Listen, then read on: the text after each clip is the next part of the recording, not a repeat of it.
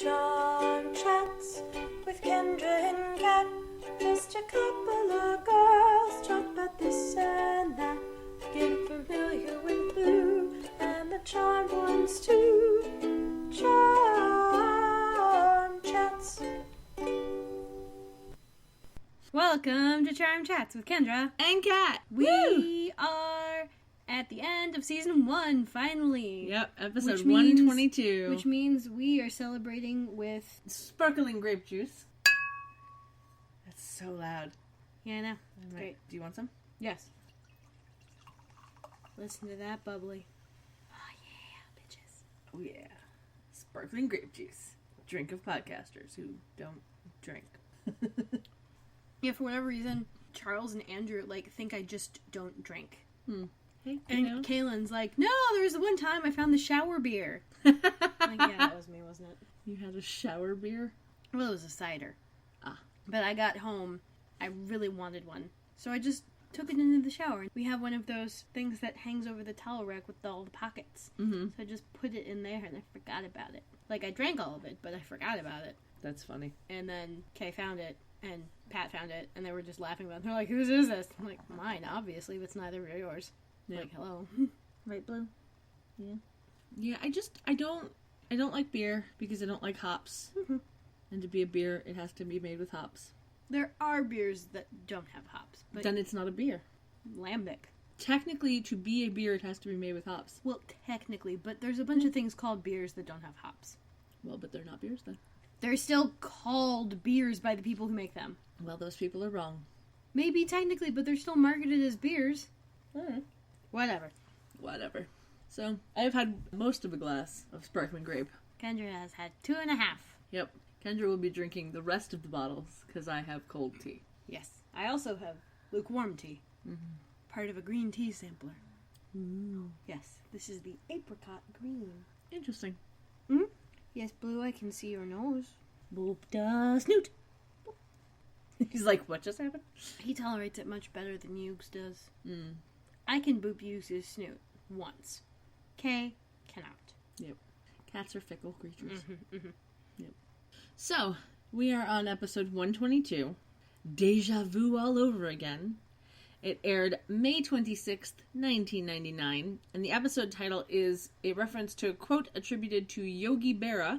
It's like Déjà vu all over again. Yeah. There you go. Yeah. He was a baseball guy. He actually died last year. He was 90. And at one point, he sued Hanna-Barbera about Yogi Bear? Yeah, because he's like, this is defamation? Yeah. And they're like, no, it's clearly not your name. Yeah. Although apparently the defense they put up was stupid. It was just coincidence. Yeah. I don't know. Yeah, they put up a stupid defense, but he dropped the lawsuit anyway. Mm-hmm. But yeah, Yogi Bear and Yogi Berra. Yep. Yogi Berra explained that the quote originated when he witnessed Mickey Mantle and Roger Maris repeatedly hitting back-to-back home runs in the Yankees seasons in the early 1960s. I will put links to all 3 of their wiki pages on the website because they had fascinating lives. Mm-hmm. It's crazy. What was one of Yogi Berra's quotes? It's not over till it's over. Well, yeah, that was one. That was one of my favorites. And if you see a fork in the road, take it. Yep. Which that was in reference to directions to his house. Yeah. Because you could get to his house by 2 roads. So it made sense, kind of. But still, take it. Yeah. Well, but, it's just funny. He was Italian. And both of his parents were Italian. So when he was trying to move words from Italian to English, it didn't always come out properly. But it came out perfectly. Anyway. We start our episode with a streetcar going past a building as the camera pans up, which brings our streetcar total to 27 for the season. And we see Rodriguez sitting at a desk. Wasn't it a glass top desk? Yeah. Yeah. Looking at pictures of Prue, Piper, and Phoebe. And I believe these are the pictures that we've seen before in The Witch's Back with Matthew, right? Okay. And what's interesting is that you get this nice camera shot occasionally. Like, you'll see the over the shoulder of the photos, and then it'll go under the desk as he puts them down on it until you'll see them there. Yeah, because he looks at them, and then he puts them face down on the desk with, like, a slap. Yeah, for a second I was like, is he gonna attempt some weird kind of tarot reading with these cards? Because, what? Yeah, and then there was one extra picture of the three of them that we hadn't seen before, but... Whatever. He is in a blue shirt with a red tie and black pants, because, I noticed these things. And then we see a man appear in a ball of flame coming out of a fireplace in the room. Like one of those, I don't know what to call it. It looks like one of those like standing a fire pit. like a Weber fire pit. Yeah, with a little bit. Chimney tube? Whatever. Yeah. You know what I mean. Yep. He is wearing a red cloak with, like, a hood, and he drops that to the ground, and we can see underneath that he has got black pants, a red shirt with a red tie, a black vest, and a floor-length, sleeveless, black leather jacket that has, like, a weird, flat, but slightly ruffly thing attached to the back of the jacket that kind of goes over the shoulders. Like, it looks like it should have been, like, on a duster, but it was, like, a sleeveless duster, and it was just weird. Yeah, and didn't the shoulders kind of, like, come out? Yeah, a little bit. It was. Yeah. That's why I say it was kind of a little ruffly. It was an odd thing. But anyway, this guy is played by the one and only David Carradine. Indeed. Most people will probably know him from Kung Fu from the 70s, or Kung Fu The Legend Continues from the 90s. Or, Kill Bill. He's been in a lot of martial arts movies. He has been in a lot of stuff. A lot of stuff. He was born in Hollywood in 1936 and died in Bangkok, Thailand in 2009 at the age of 72. Teaching all of us that when you are into autoerotic asphyxiation, you need to have someone having your back. Yeah, a little bit. Don't do it by yourself, people. Yeah. PSA. Oh, yeah. He has 12 projects that came out after his death, including a movie that is in post-production that is supposed to come out on New Year's Eve this year called Mata Hari. His daughter Callista plays the title role. He apparently began shooting the picture in 1977 when Callista was just 15, and the plan was to film several sequences each year and cover the life of Mata Hari from age 15 to 41, which was at the point when she was executed, as Callista grew up, so that she could age correctly. Yeah, kind of like a Boyhood sort of thing. Yeah, exactly. Though this started before Boyhood. Well, yes. So technically Boyhood stole it from Carradine, just saying. Well, it's not a new concept. No, it isn't. And to be fair, this one is still in post-production. Boyhood already started, ended, and came out. Very true. It did indeed. But if the final scenes were actually supposed to be shot when Callista was 41, then they would have been shooting up until 2003. But some reports mentioned that the film would only follow Mata Hari up into the age of 30. So, read into that what you will. Yes. David Carradine cast himself as Mata Hari's father. As you do. And over the years, several of Callista's boyfriends were drafted to play her sweethearts in the movie, which I thought was kind of funny. Does she have the same last name? Yes. Okay.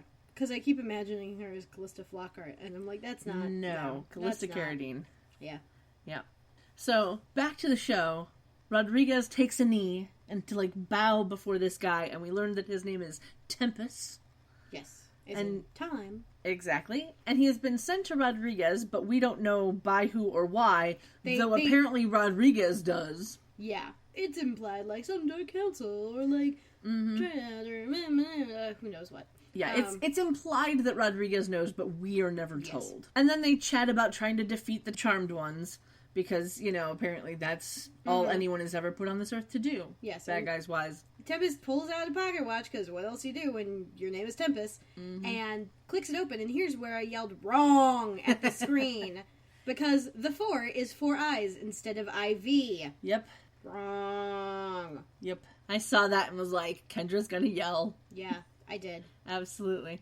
Tempest then tells Rodriguez to get all 3 witches together in one place by midnight and kill them all. But if he fails, Tempest will be there to help him learn by his failures. And Rodriguez is clearly sensing a big dog in the room, so he's like, I'm not gonna fail. Yeah. He's being all yappy. Yep. Tempest asks him how he's gonna get them all together, and he's like, ooh, it's easy. I'll use Trudeau. Yeah, he just says Trudeau, which after the conversation that they had where he's basically like, I became a cop because I thought someone was covering for them, blah, blah, blah, and I was right, blah, blah, blah. It made sense, but it was just like, you're such a dick, and I hate you, and I can't wait for you to be gone. Mm-hmm. And that's why this episode makes me so happy. Arrogant. So arrogant. Yep. So, then we cut to a paperboy riding his bike down the middle of the road. A red car honks at him and he waves. And then he throws the paper onto the Halliwell's lawn. Mm-hmm. Inside the kitchen of the manor, we see a weather girl on TV, played by Nancy O'Dell. Who is just impossibly fucking skinny. And it's on their tiny little kitchen TV. Yeah, it's adorable. Which is the size of the styrofoam box that we have holding our microphone. Honestly, it's tiny. Yeah, it was super duper tiny.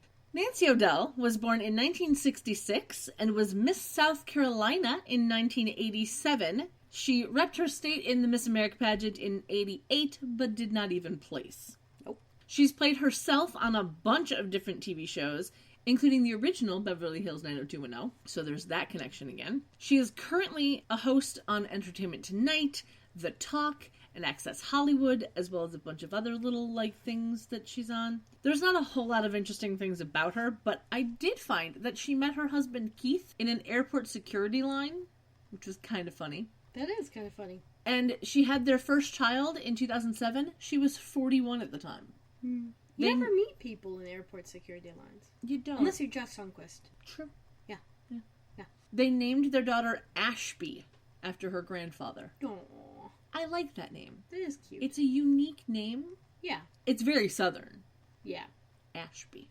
I Well, like it. even if it's not unique, it's old world in a way you don't see often Yeah. now. Yeah. Like, I haven't met anyone named Clarence in the last 10 years who wasn't old. Yes. But there are some kids that you look at them and you go, your name is going to be weird when you're 90. Mm-hmm. And then there's some kids where you look at that and go, you are going to change your name when you turn 18. You know? Yeah.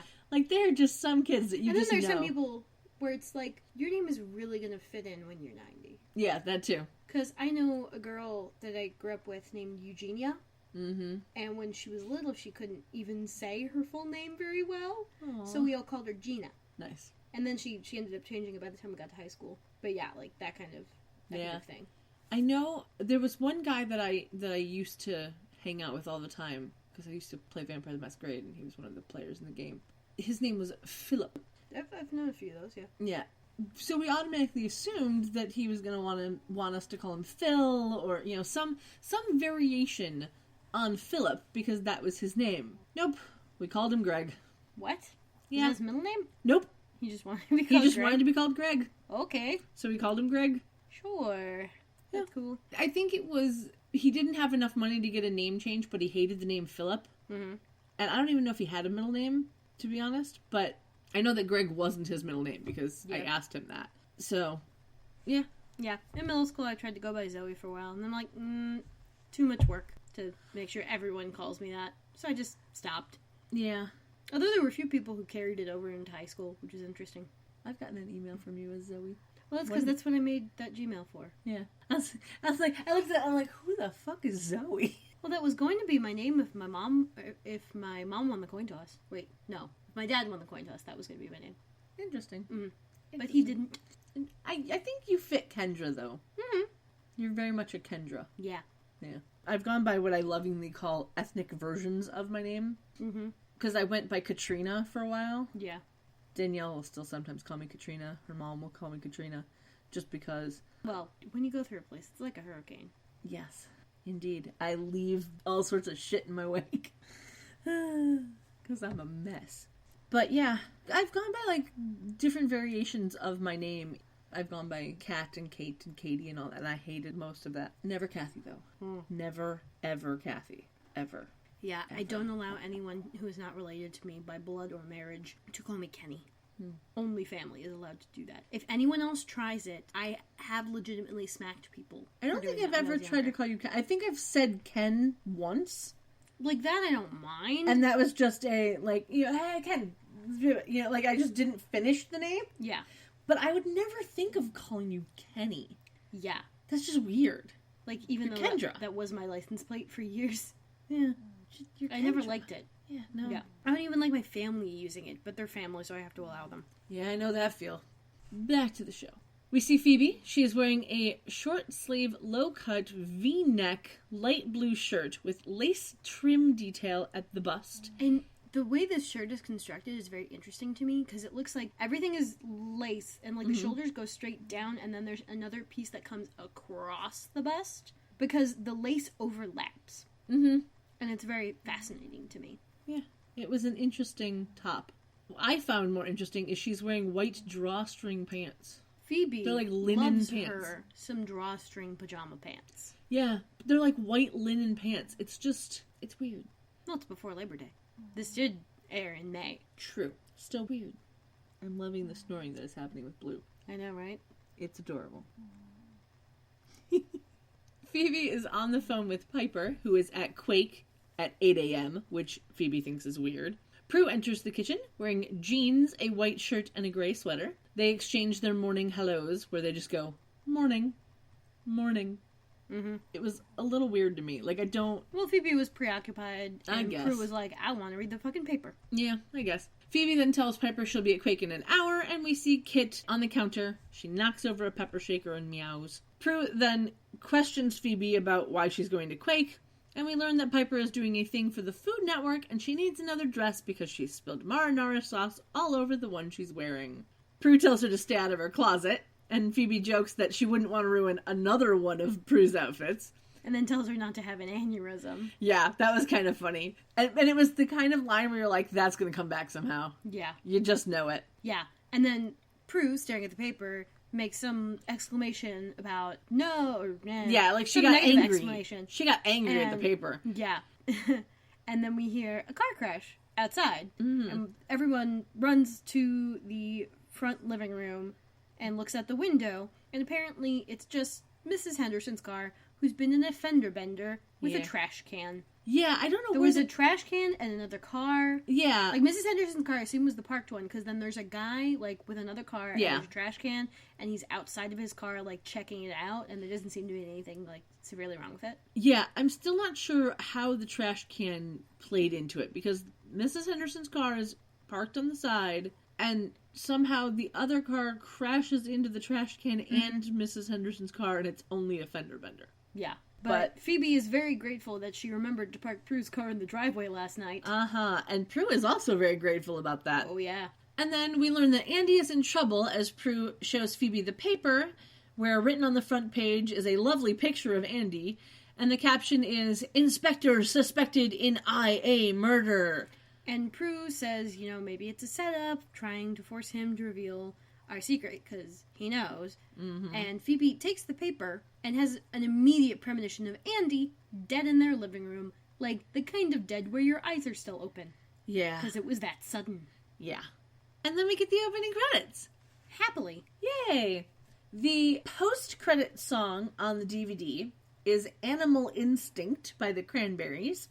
In case you don't know, they are an Irish rock band. Most people will know the song Zombie the best. It won Best Song at the 1995 MTV Europe Music Awards, and that was the song that they played when they were on Saturday Night Live that year. It's apparently a protest song written in the memory of two boys, Jonathan Bell and Tim Perry, who were killed in the 1993 IRA bombing in Warrington, England. I will put a link to that on the website in case anyone wants to read about it. In 2003, they took a break to pursue solo careers, but they got back together in 2009. And I believe that they did a world tour, or a European tour this year, I think. Mm-hmm. The post-credit song on Netflix, thanks to Shazam, hashtag not sponsored, is What's It Gonna Be by Kim Devine. We've had a song from her before, so I'm not going to tangent on her. Which song did we have from her before? Do you remember offhand? I don't remember offhand, but I know that I looked her up before because we had a song from her before on Netflix. Okay. So, after the credits, we start with a shaky flying shot of the Triangle Building. Oh, that reminds me. So every time you say triangle building, I get that stuck in my head. For me, that is the triangle building. And for those of you not keyed into the visual, I'm showing her a picture of the penitentiary that's downtown Chicago. That is indeed a triangle. It's a triangular prism unlike what you call the triangle building, which is the Transamerica Pyramid, which is, of course, a pyramid. An extremely pointy pyramid. Yep. So, yeah. Well, I have never seen that building before, so... You've never been in this area of downtown? No, I have not. At least not that I'm aware of. Because when you take 290 in, you see this. I rarely take 290 anywhere. Okay. So. Maybe I've just seen it more often because my dad will take 290 to get into work. Maybe. Interesting, though. I don't actually know what the name of the penitentiary is, but it's in Chicago, so you could probably Google it. Probably. Not gonna. If anybody else is taking a tally of how many times I say triangle building, though, email me or tweet at me and let me know. Because I would really like to know how many times I've mentioned it. Just saying.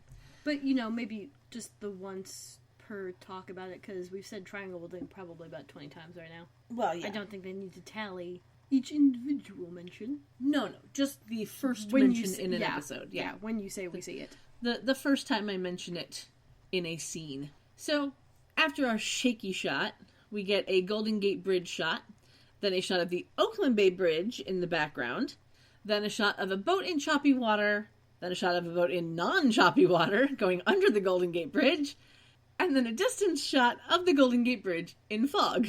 Then a shot of a streetcar with the triangle building behind it, which brings our total up to 28. This streetcar has an ad for Cup Noodle on it, where the tag is Superstar. As in soup. Yeah, it was hilarious, and I enjoyed it immensely. Uh-huh. So I had to look up Cup Noodle, because I love me some Cup Noodle. Cup Noodle is actually a brand of instant ramen manufactured by Nissin. It comes freeze-dried. You add some boiling water, let it sit for a couple minutes, and you have yourself a delicious salt lick. Yep. I usually do instant ramen that doesn't come in the little styrofoamy cup thingies. Put it on the stove until the water nearly boils out. Yeah. So I put it on for because you're only supposed to boil it for 3 minutes or something. I usually do it for 7, so that the noodles are really full of all that lovely moisture and the water is nearly boiled out. And then I add some peanut butter. That does sound good. It's what I lovingly call broke pad thai. There you go. Yep. That would be broke pad thai. Yep, because you just take the little chicken packet, the little chicken seasoning packet, and you put it in, and you add some peanut butter, and there you go. Broke pad thai. And see, when I used to live in a house that had a hot water faucet, oh, I miss those days. I miss your house too. I know. I would, put the hot water in, because the hot water comes out just shy of boiling. Yeah. And then I stick it in the microwave for about 2 minutes instead of 3. That does the trick. Of course, in high school, when I tried to take my ramen to school, it would soak up every single bit of liquid that was in the thermos, and it would be cold by the time I got to lunch. So I had to stop doing that. Yeah. And I believe I tried doing it with 2 thermoses. I would make it, I would let it cook as much as I thought it needed to, and then I would stick the liquid in one thermos and noodles in the other. And that also didn't work out because it'd still be cold by the time I got to school. So I stopped doing that. Yep. So no more ramen. Yeah. Well, not for lunch. Not on school days. Yes. So from 1996 to 2006, there was a 60-foot cup noodle sign installed in Times Square in New York City near the top of the One Times Square building. That is the location of the New Year's Eve ball drop. Exactly, Blue. Blue's that's my favorite time of year. Is it? I don't know. But last year he liked that there were so many people in the house. So, back to the episode. We end with an exterior shot of the manor, and back inside the manor, we pick up where we left off. Prue is questioning Phoebe about her premonition, and when she's positive that Phoebe isn't mistaken about it being Andy, she decides that she just has to warn him. She tells Phoebe to fill in Piper, and we end the scene with a dramatic push-in on their faces. As because, you do. Why not? And then we cut over. We get an establishing street shot of the police station over the top of a cop car. We haven't had that shot before. We see Daryl and Andy there. Daryl is in a peach shirt with a blue tie that has an orange diamond pattern on it, and black pants that are slightly darker than his jacket. And looking swag as always. Yeah, that man knows how to dress. Well, he knows how to be dressed. Yes. The people who dress him know how to dress him. Yes. There you go. Andy is wearing a gray sweater over a white shirt and jeans. So he is not on duty. No. which we should have remembered from last episode. When he turned in his gun and shield. Yep, which somehow put him on suspension.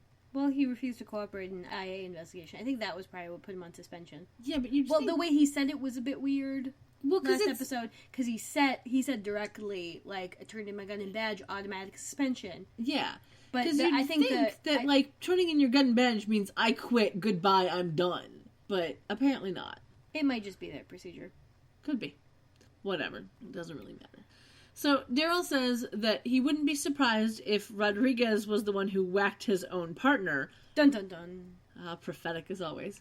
But he's already been cleared, and they make the joke of IA clearing IA, who to thunk it, you know, like... That's like most police things these days. Yeah. But specifically, that one where the old guy in the wheelchair takes a picture with the cop car that's in the handicap spot, and then the precinct investigated themselves and found themselves not to be at fault.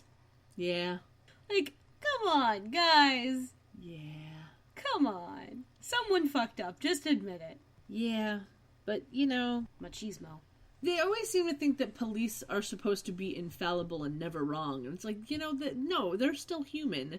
So stop fucking it up. Mm-hmm. But whatevs.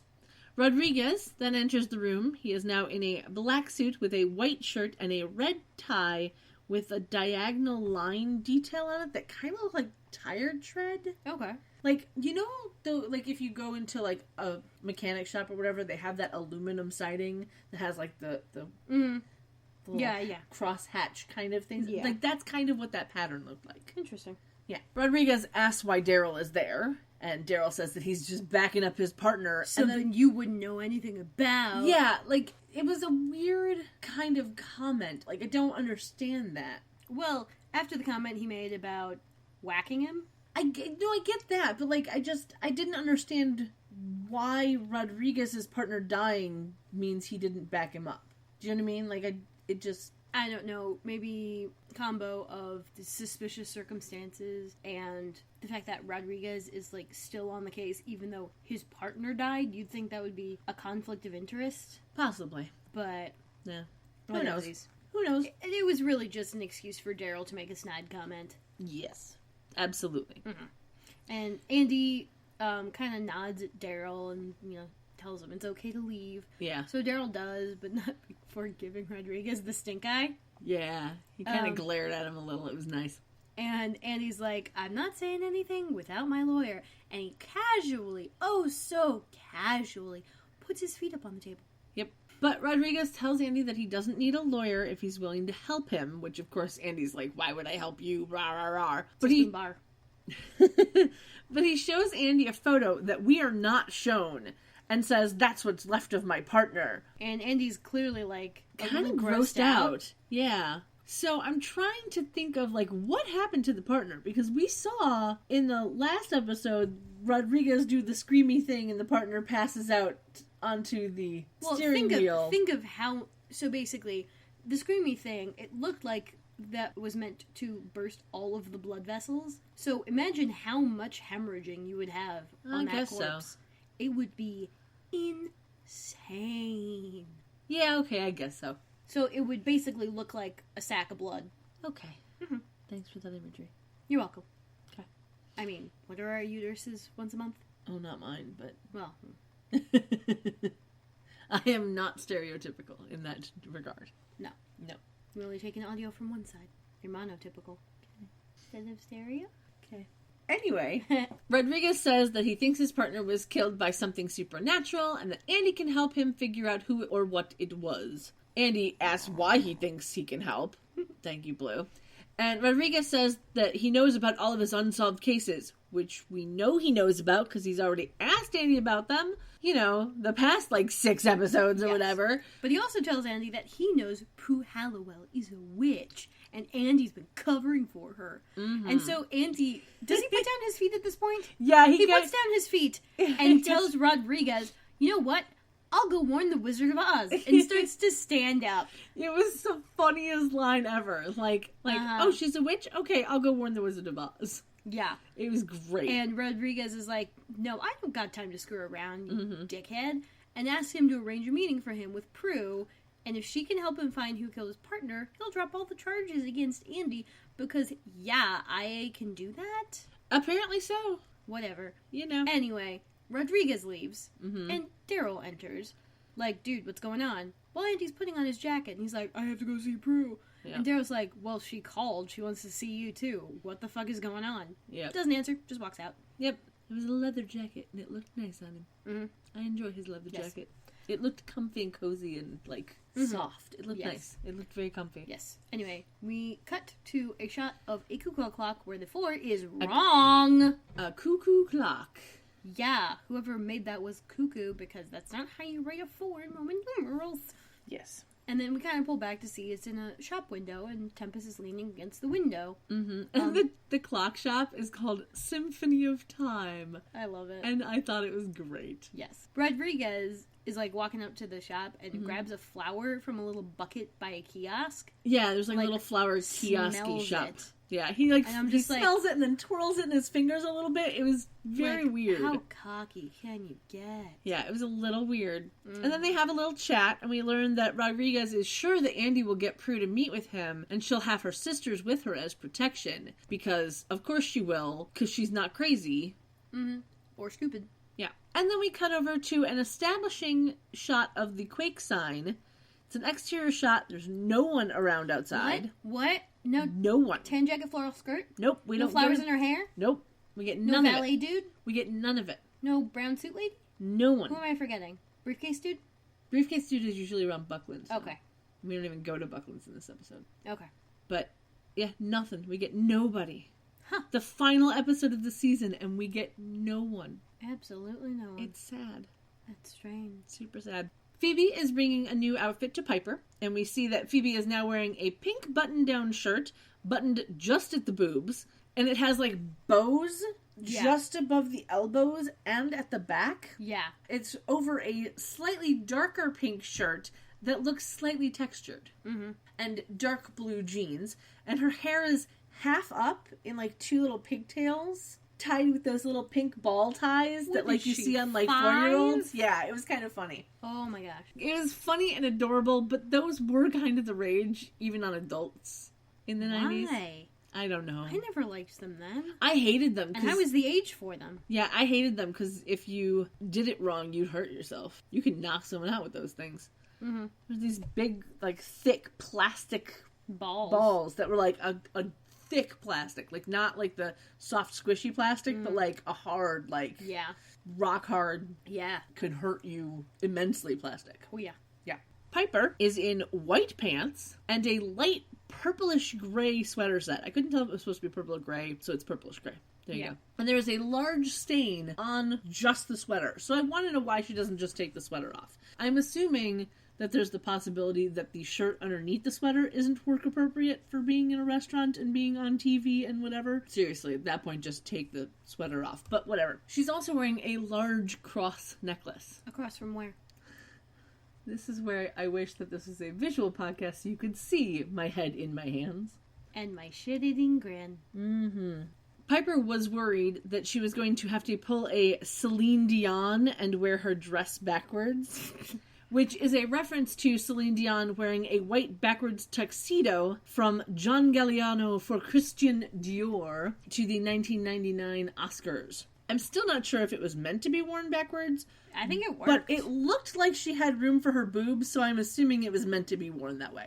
Yeah. But she paired it with a diamond-studded pair of Ray-Bans because they said that they would give $50,000 to her cystic fibrosis charity if she wore them. Hey. So at least something good came out of it. Yeah, that's nice. Yeah. And just a funny note, as I was researching that, apparently 10 years later, in 2009, Angelina Jolie wore a Max Aria dress backwards to the Screen Actors Guild Awards.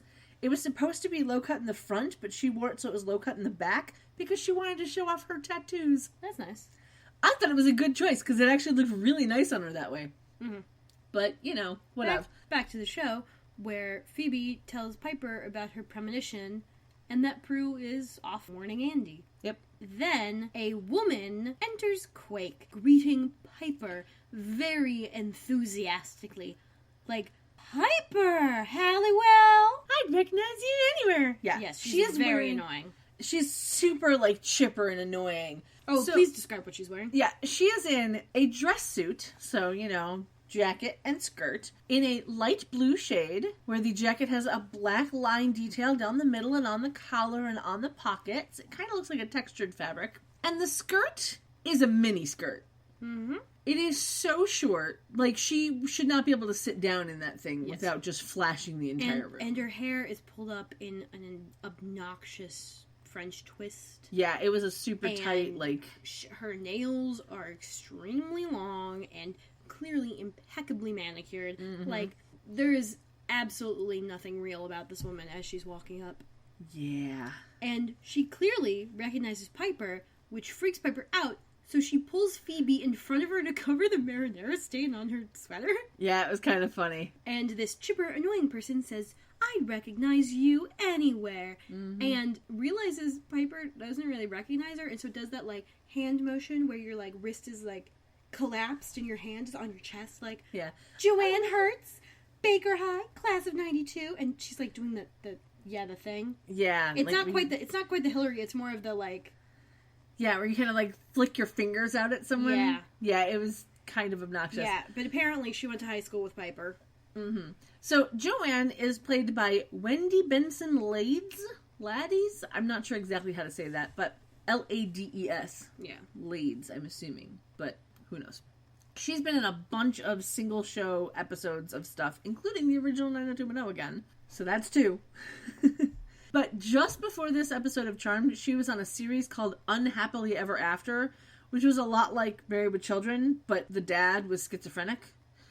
It was weird. It had 5 seasons from 1995 to 1999, and the only reason I even remember the show is because Bobcat Goldthwait was on it. Bobcat Goldthwait! I hated his voice. Still do. So I was always annoyed when commercials for it would come on during whatever I was watching, because this was before the days of being able to fast forward through commercials because you couldn't pause live TV. But Wendy hasn't been in anything since 2013, so there's that.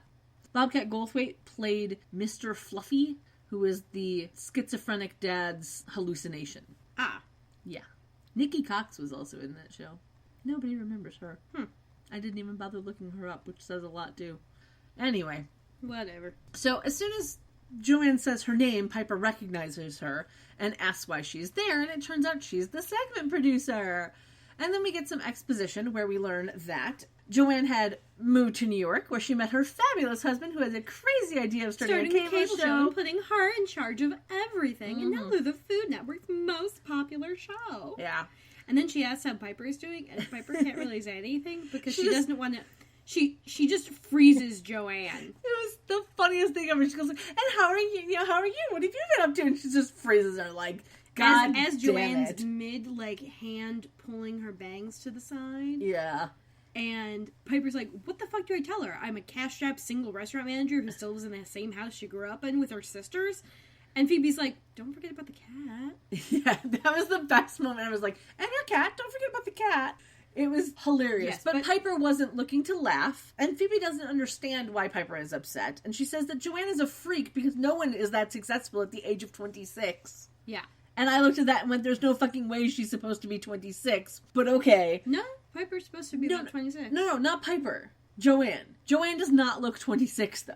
Well, she graduated the same year as Piper. I am aware of that. Well, regardless of whether or not she looks 26, she's supposed to be 26. Yes. Because she's supposed to be Piper's age. And Yes. Piper is about 26. Yes. But then Phoebe reminds Piper that she is successful, talented, creative, and the Food Network is here to see her. Technically her restaurant, but okay. Well, but she's the one doing the segment, yeah. so, you know. This is true. That makes Piper feel a very little better. Yeah. So Tiny bit Phoebe's better. like, well, unfreeze the bitch in heels, because she's got a segment to shoot, and they've got a demon to find. Absolutely. And then we jump over to a park, and we see Andy and Prue at the bench swing that they were at in the last episode. And the tree in the background has what looks a little bit like a Chiketra symbol carved into it. Huh. I didn't see that. Oh, funky. It's very... It's probably just supposed to be like either a flower carved in, or it's just a trick of the light. I think it's probably a trick of the light, because that, honestly, the bark could do that. Yeah, but it looked a little bit like... Yeah.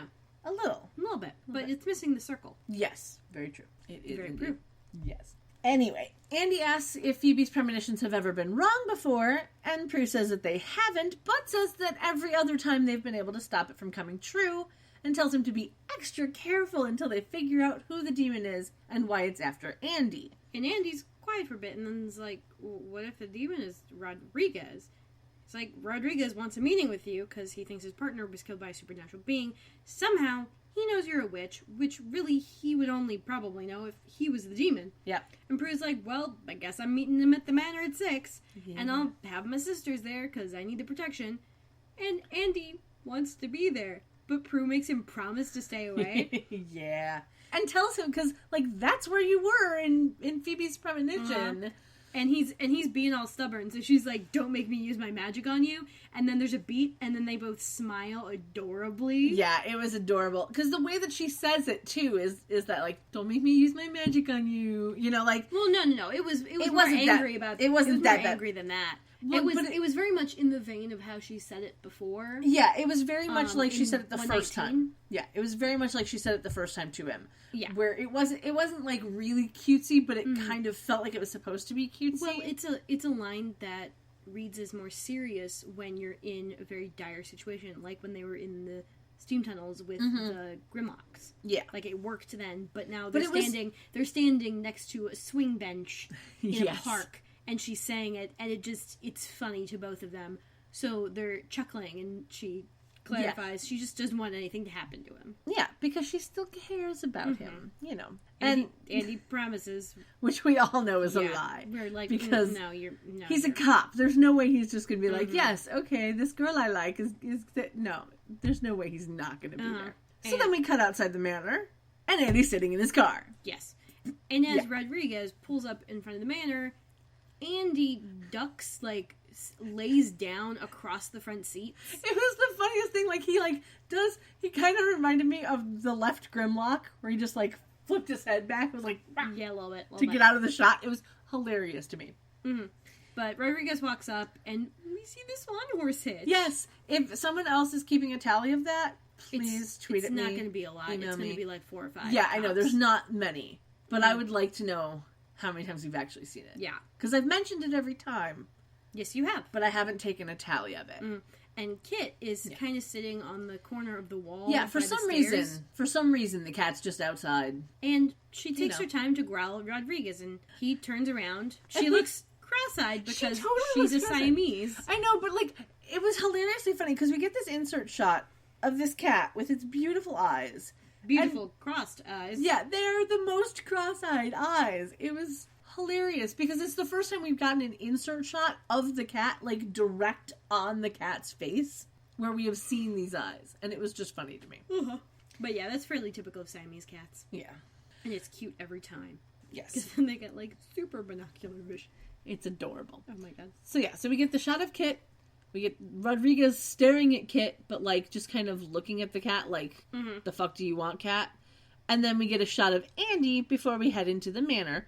And we see the girls walking into the living room, where Prue and Phoebe are in the same outfits as before. But Piper is now wearing a purple sweater over a black top and gray pants. Prue wants to go over the plan again, which starts with Phoebe answering the door, because she's the one that knows martial arts and can knock Rodriguez down if he tries anything when he first comes in. Then Piper comes in from the living room and freezes him, and Prue comes down the stairs to send him flying. Because that's the power of 3 in a nutshell. Mm-hmm. Bing, bang, boom. Yeah. Wham, bam, thank you, ma'am? Possibly. Yeah. Wham, bam, give him the slam? I don't know. Well, no, because, I mean, they're all women, so it would be thank you, ma'am. Yeah. If they're a very, very polite demon. Well, yeah, I think Rex was the closest to polite demon we've ever gotten. Yeah. But yeah. that was just because, British. Yes. He Yeah. did thank them, but not after a wham and a bam. No. But anyway, the doorbell rings. It's just before 6, and then it rings a couple more times. And they're just like, he's a little too anxious. And Phoebe jokes that it means that if he doesn't want to kill Prue, he wants to date her. And Prue and Piper just stare at her. It was a cute sister moment, and I enjoyed it immensely. Mm-hmm. But anyway, Phoebe walks over toward the door, opens it. Surprise, it's Rodriguez. Mm-hmm. And he introduced himself and asked for Prue. Phoebe turns around to yell at her sisters that they have company, which we forgot to put in that they kind of dart for their hiding places. Oh, yeah. Like, Prue runs up the stairs and Piper walks into the living room. Phoebe's, like, walking back down the hallway when Rodriguez closes this door, and when he turns around, we see his eyes are totally red, and he throws this, like, ball of electricity. Yeah, it was like a at lightning Phoebe, ball thing. And she goes flying over the stair railing, hits the wall. A few paintings fall down. Yeah, she shatters the glass on a picture. It knocks off the wall as she rolls down the stairs. And so if lamps are decor, I'm assuming pictures are too. Yes. So it does not count. Yes. Okay. Piper then enters the room, yells for Phoebe, and then lightning stuff again comes out of Rodriguez's hand towards Piper, but she freezes him just in time. Then Prue comes running down the stairs, yelling for Phoebe, and uses her power to throw the lightning stuff back at Rodriguez. He screams, explodes, and vanishes, and Prue tells us that Phoebe is dead. We cut to Rodriguez's place, where Tempest is there, holding an hourglass, standing in front of the window.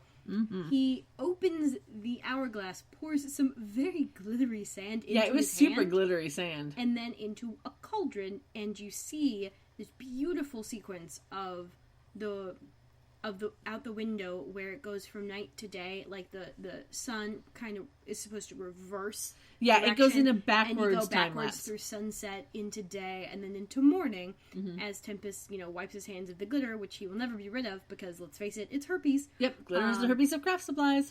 Yep. And we do see the triangle building outside the window for anyone else keeping Yes. tally for me. That Transamerica pyramid. Yep. And Rodriguez appears, Arms up in the and air, like smoking. shaking. He's smoking because he exploded, and oh god, every time he appears, it's hilarious. And Tempest says, "Oh yeah, I've reset time because look, you fucked up just like I said you would, and only you know what happened in the previous today. So now you can fix your mistakes." Yep, you can learn from your mistakes. Yes, and if And you kill them all. Yes, if you keep fucking up, I will keep bringing you back. We'll do this. Yep. And eventually, you'll get it right. Is basically the point there. Yes, and Rodriguez is super pissed because he hates dying. It hurts. Yeah. It hurts like a bitch. It hurts like 3 bitches. Yeah. The 3 that killed you. Absolutely. And then we cut to an identical opening as before. Paperboy rides down the middle of the road, car honks, he waves, throws the paper. Inside the manor, we get the weather girl on the TV, Phoebe on the phone with Piper. She asks Piper why she's at Quake at 8 a.m. as Prue enters the kitchen, like before. They're all wearing the same clothes, so I'm not going to bother with that. They say their good mornings, and then Kit knocks over the pepper and meows, which freaks Phoebe out. She tells Piper she'll be there in an hour, hangs up, And then turns around to Prue, and she's like, I'm having a serious case of deja vu. yeah. And she's like, Like pinch me. I think she called it a killer deja vu, which I thought was kind Yeah. of funny. Yeah, some killer deja vu. Yeah, some killer deja vu. But she's like, Prue, pinch me. Something weird's going on. Yeah. And Prue, of course, sees the front page of the paper. We hear a crash outside. Mm-hmm. And then... all that has happened before as well. Prue is, of course, worried about where Phoebe parked her car. And as Prue leaves the room, Phoebe sighs and whispers, I think I'm having an aneurysm. Which was a cute callback to the first scene Yep. with them. And it was adorable, and I enjoyed it. And Prue is, again, looking at the front window, saying it's just a fender bender with Mrs. Henderson's car. And then shows Phoebe the paper with the story about Andy. Mm-hmm. Phoebe has the premonition again when she grabs the paper of Andy being killed. And we go to commercial break. Yes. Because you gotta do that, right? Because we can't redo the opening song. Yeah, no, cannot redo the opening credits. That would be hilarious. It would, though. It would be kind of funny. So, as we come back from commercial, we get the exact same shot before over the police car to show the police station. But this time, Rodriguez barges into the room where Andy and Daryl are and basically growls at Daryl to get out. And Daryl doesn't make any snide comments this time. Yeah. He just leaves after Andy kind of nods at him. And then Andy's again, like, being all casual, saying, I'm not saying anything about my present, and puts his feet up on the table. Rodriguez tells him he's not screwing around this time. And Andy is, of course, confused by this. Like, what do you mean this time? Yeah. Rodriguez then tells Andy that he knows that his partner was killed by a supernatural being, and he thinks Prue can help him figure out who did it. So Andy says, like, I'll get the commissioner to signal Batman. It pisses off Rodriguez And so much and made me laugh so hard. I really enjoy that he comes up with a different thing. Yeah. A different situation. Yeah. It's great. I enjoyed it immensely. Rodriguez then tells Andy that he knows everything, including the fact that Prue is a witch, and tells Andy to arrange a meeting with her tonight, or else he's going to, quote, bust your ass and expose hers, unquote. Which isn't the worst bad guy writing we've had this season, but it's up there. Yeah. Yeah. He leaves the room as Daryl enters, and both are confused by what just happened. Like, Daryl and Andy have no idea. Like, what? Yeah. We cut back to the cuckoo clock shop with the cuckoo clocks. Yep. And Tempest reading the paper. This time, Rodriguez, as he passes the kiosk and the bucket, like, grabs the flower and rips the petals off as he walks. And then he throws the stem in anger. It was kind of funny. Why does he feel compelled to pick up that damn flower? I don't know. What is with it? I don't know. Tempest asks what he remembers, and Did after... I also look back in anger? Possibly, but I don't think so. After Rodriguez explains that he only got Phoebe before Piper froze him, Tempest tells him to anticipate where Piper is coming from before she has the chance to freeze him, and then kill Prue. And then we get a dramatic push-in on their faces, because that's the theme of this episode, apparently. That's the theme of the show, let's face it. But especially this episode. Oh, yeah. Yeah. Oh, yeah.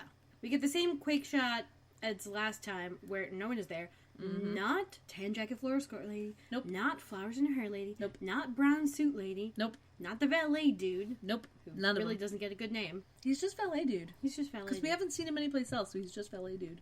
But nope, nobody's around. And we jump into Phoebe and Piper's conversation, already in progress. Phoebe is telling her about the premonition, and that she's had it before, and that it's not just deja vu. And then Joanne enters Quake, same outfit as before, recognizes Piper, but realizes that Piper doesn't recognize her. And then Phoebe's memory pops in time for her to say, oh, you're Joanne Hertz, Baker High, class 92. Yep. And I wasn't in that class. Yeah. yeah. And Piper is like, oh yeah, Joanne. Phoebe, how did you know? Mm-hmm. And Phoebe whispers back on it, like, we're in some funky time loop. Freeze everybody. So Piper freezes everyone. Yep. And Phoebe tells what Joanne's been up to for the last, 8 years. Yeah, she tells Joanne's story, and she adds in that Joanne had a really bad nose job, which was kind of funny. She goes, I added that last bit. And then that all of this is going to make Piper feel like she's wasting her life away in comparison, and tells her to unfreeze and see for herself. So she does. Piper asks if she's the segment producer, following her dreams, happily married and stinking rich. And she's like, well, I don't mean to brag. And then she does this, like, wave of her hand in the air to show off her she ring. waves her left hand to show off the ring. And then, again, Piper freezes her mid-bang push. Yeah. And So it's we like, get the same Frozen shot. yeah, and she tells Phoebe to spill it, which was, I love when they say that. I don't know why, but that's one of my favorite phrases. Yeah. Phoebe tells her that she thinks some sort of demon has cast a spell, and that she's the only one who could sort of see it because her power lets her see things that have happened in different times. I don't think that's the reason. But it's a good logical It is conclusion. a good logical conclusion based on what she knows. Yeah. So what do you think would the reason be? I think it's because she died. I think it's because she was Ooh. taken out of the time. So technically, she would have spent some time as a non-corporeal being before getting put back in her body. So even though Tempest intentionally let Rodriguez remember everything, and, like, Piper and Prue have no idea. And you'll see when it restarts again, Piper and Prue still have no idea. Right. Neither of them. Right, but like- Phoebe does. Yes, but Phoebe has a much better idea. But that doesn't really Well, that's what I work think. because of the next scene. What do you mean? When we get there, you'll understand. Because Oh, yeah. Prue has a moment I think that's her only moment, though. where she says it, at least. Where she says it, Yeah. but also, like, they've been to that bench before. Like, I can. Yeah, but that wasn't what she was. And I think that was just. saying it I think that about. was just a throwaway line that they put in there. But, like, the amount that Phoebe is remembering is more than just deja vu. Like, Prue has a passing moment of, like, what? Right, but I think Phoebe's I think Phoebe's thought is stronger. process. I think Phoebe's is stronger because I think the she way was that taken out of it. I think the way that Phoebe describes it of I can figure out that we're in this time loop because of my power of premonition. I will grant you, it's a convenient. Yo, yeah, it's definitely not a lot of convenience reasoning, but it works. I know. It's a little too convenient because they're like, oh, well, I have power of premonition, so that must mean. But, like, I don't know. It just gets so much stronger across the next time. I think that might be part of the reasoning. I think it might be.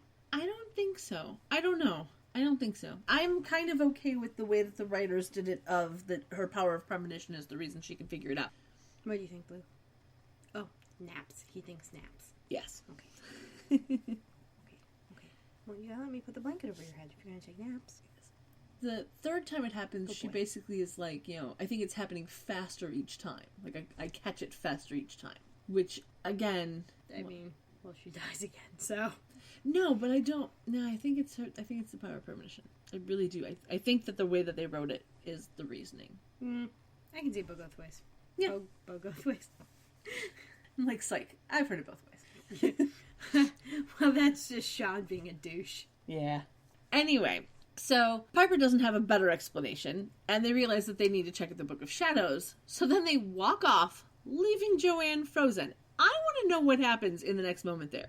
Does she let Joanne unfreeze with them both gone? Does she realize that she's left Joanne frozen and go back and unfreeze her and then make an excuse? I need to know these things, and they don't tell us these things. And I'm sad about it, and Blue is drinking water. And ruining this take. Oh, come on. He's It's fine, I'll improving leave it. It's adorable. I figured out why he was giving me the eyes. He needed the waters? Yes. Alright. Instead of naps, it was water. And then it will be naps. Indeed. Jeez, how thirsty are you? Okay, sleepies. Okay. So then we jump to the park swing with Prue and Andy. Conversation already in progress. Mm-hmm. And we get the same sentiment that Prue will have the power of 3 to back her up and Andy wants to be there. But then Prue has a moment of deja vu herself before telling Andy that he can't be there because that's where he was in Phoebe's premonition. She, of course, makes him promise that he won't be there, but he says that he can't. And then she does the cute, don't make me use my magic on you line again. And they smile again. And she says that she doesn't want anything bad to happen to him because he knows how much she still loves him. And he's like, I didn't. Yep. But And they then they hug. And we cut outside the Halliwell Manor. As before, Andy's in his car. Rodriguez arrives in the manor. Andy ducks. We get the swan hitch again. And then we see Kit growling at Rodriguez. And this time he looks at the cat much more annoyed. And then we cut to Andy, who looks... He's annoyed by everything in this repeat. It's kind of funny. But then we cut to Andy, who looks very intrigued by the fact that Rodriguez is annoyed by the cat. And it was kind of funny, because you're just like, why would you even notice that? Like, what the hell is happening? But whatever. Inside the manor, the girls are looking at the Book of Shadows on the hall table. Piper asks about time loops, and we get an insert shot of a spell to accelerate time in the Book of Shadows, so you know that'll come back later. The doorbell rings. Again, it's just before 6. Rings a couple more times. Phoebe goes to get it, but then the door flies open. Lightning out of Rodriguez's hands hits Phoebe. She hits the wall, breaks the picture like last time, lands on the floor, dead like last time. Piper yells and runs into the room, and Rodriguez immediately slaps her with the lightning ball, and she crashes through the glass door over into the solarium. Yeah. And then Rodriguez tries to get Prue, but she flicks her hand and makes the lightning fly back into him. He screams, he explodes, he vanishes. Yeah.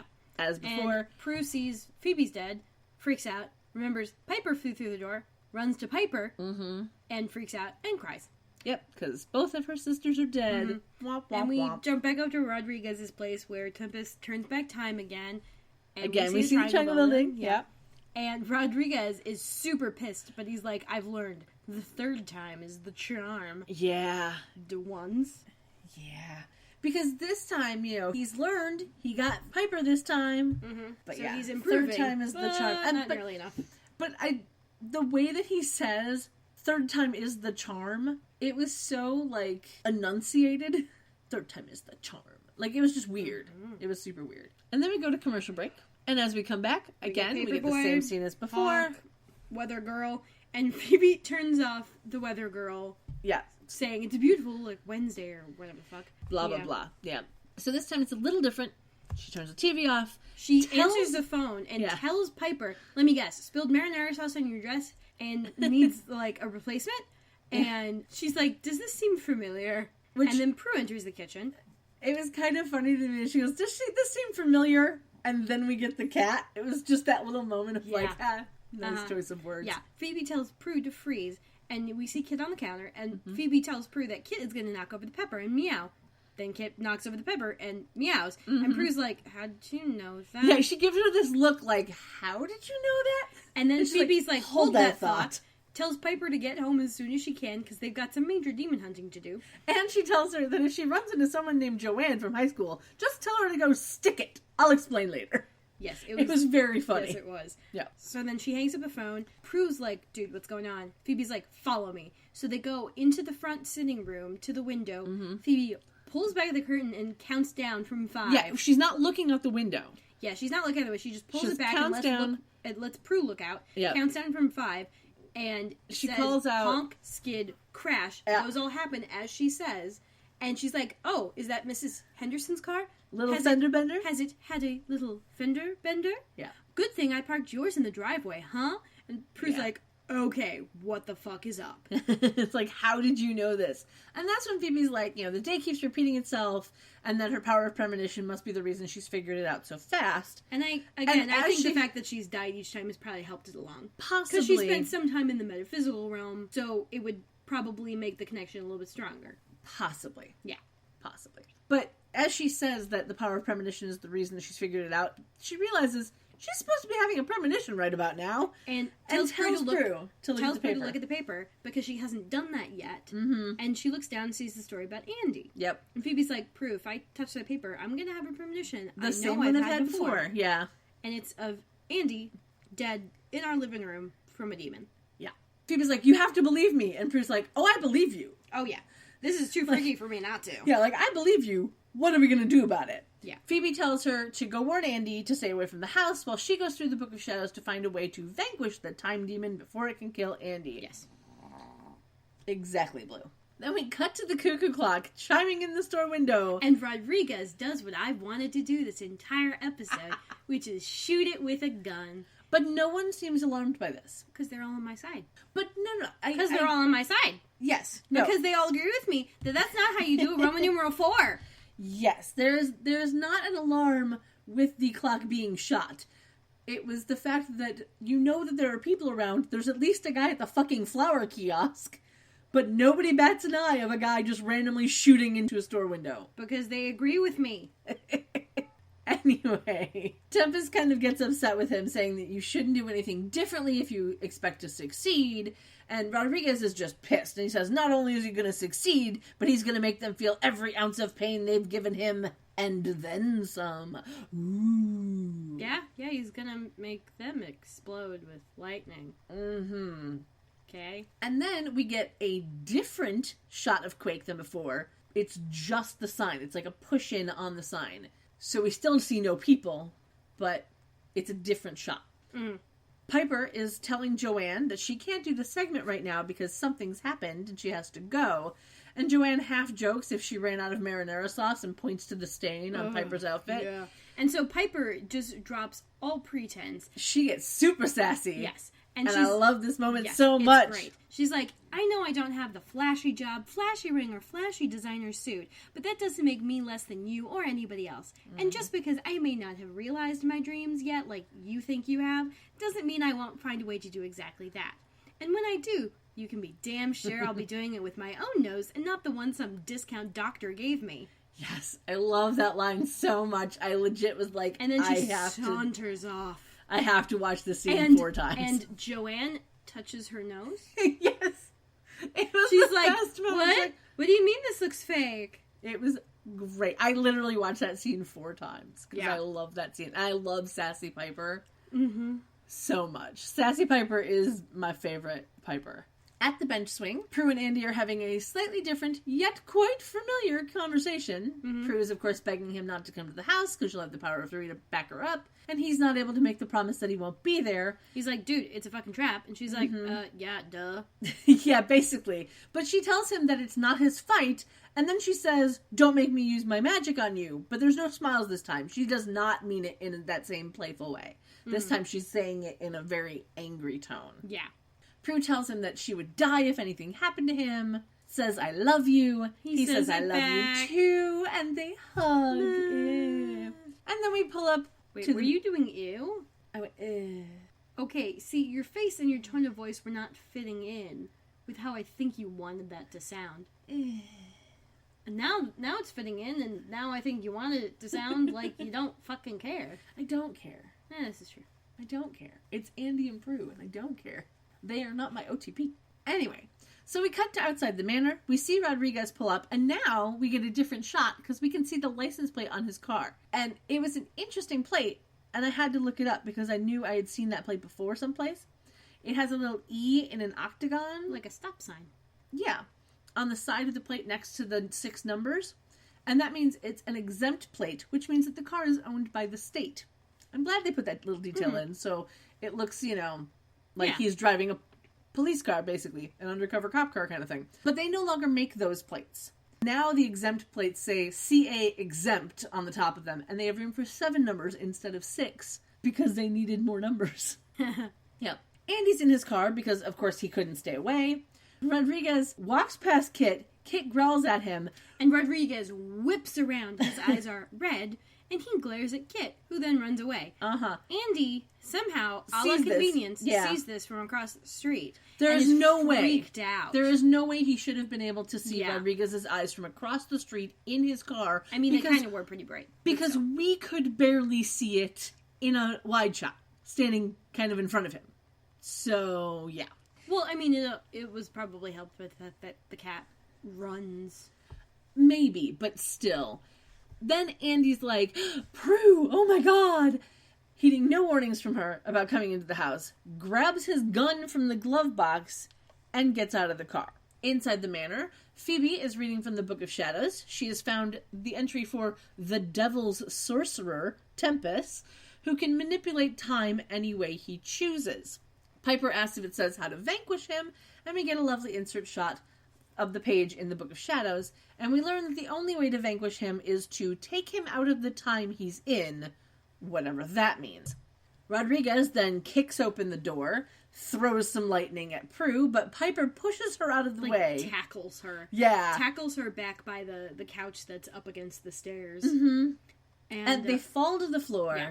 Andy runs in, yelling, "No!" And shoots at Rodriguez, which does nothing. So Rodriguez naturally throws some lightning at him, and Phoebe yells. Andy flies through the air, hits a large hutch in the corner of the sitting room that doesn't have a whole lot in it. Yeah, it has like a couple of champagne glasses in it. Whatever. So furniture annihilation quotient 5. Piper then freezes Rodriguez, asks Phoebe if she's okay, and when she says she is, she asks about Prue. Piper then says, yeah, she's out cold. But this line is totally ADR and not what she said. Actually said was, she will be. I was watching the lips, and that's what it looked like to me. It was either she will be or she's okay. Like, she said something. Her mouth does not move to say she's out cold. So I'm not sure why they dubbed it. And, like, how does she know that Prue's okay without actually going over and checking on her? Oh, right. A la convenience.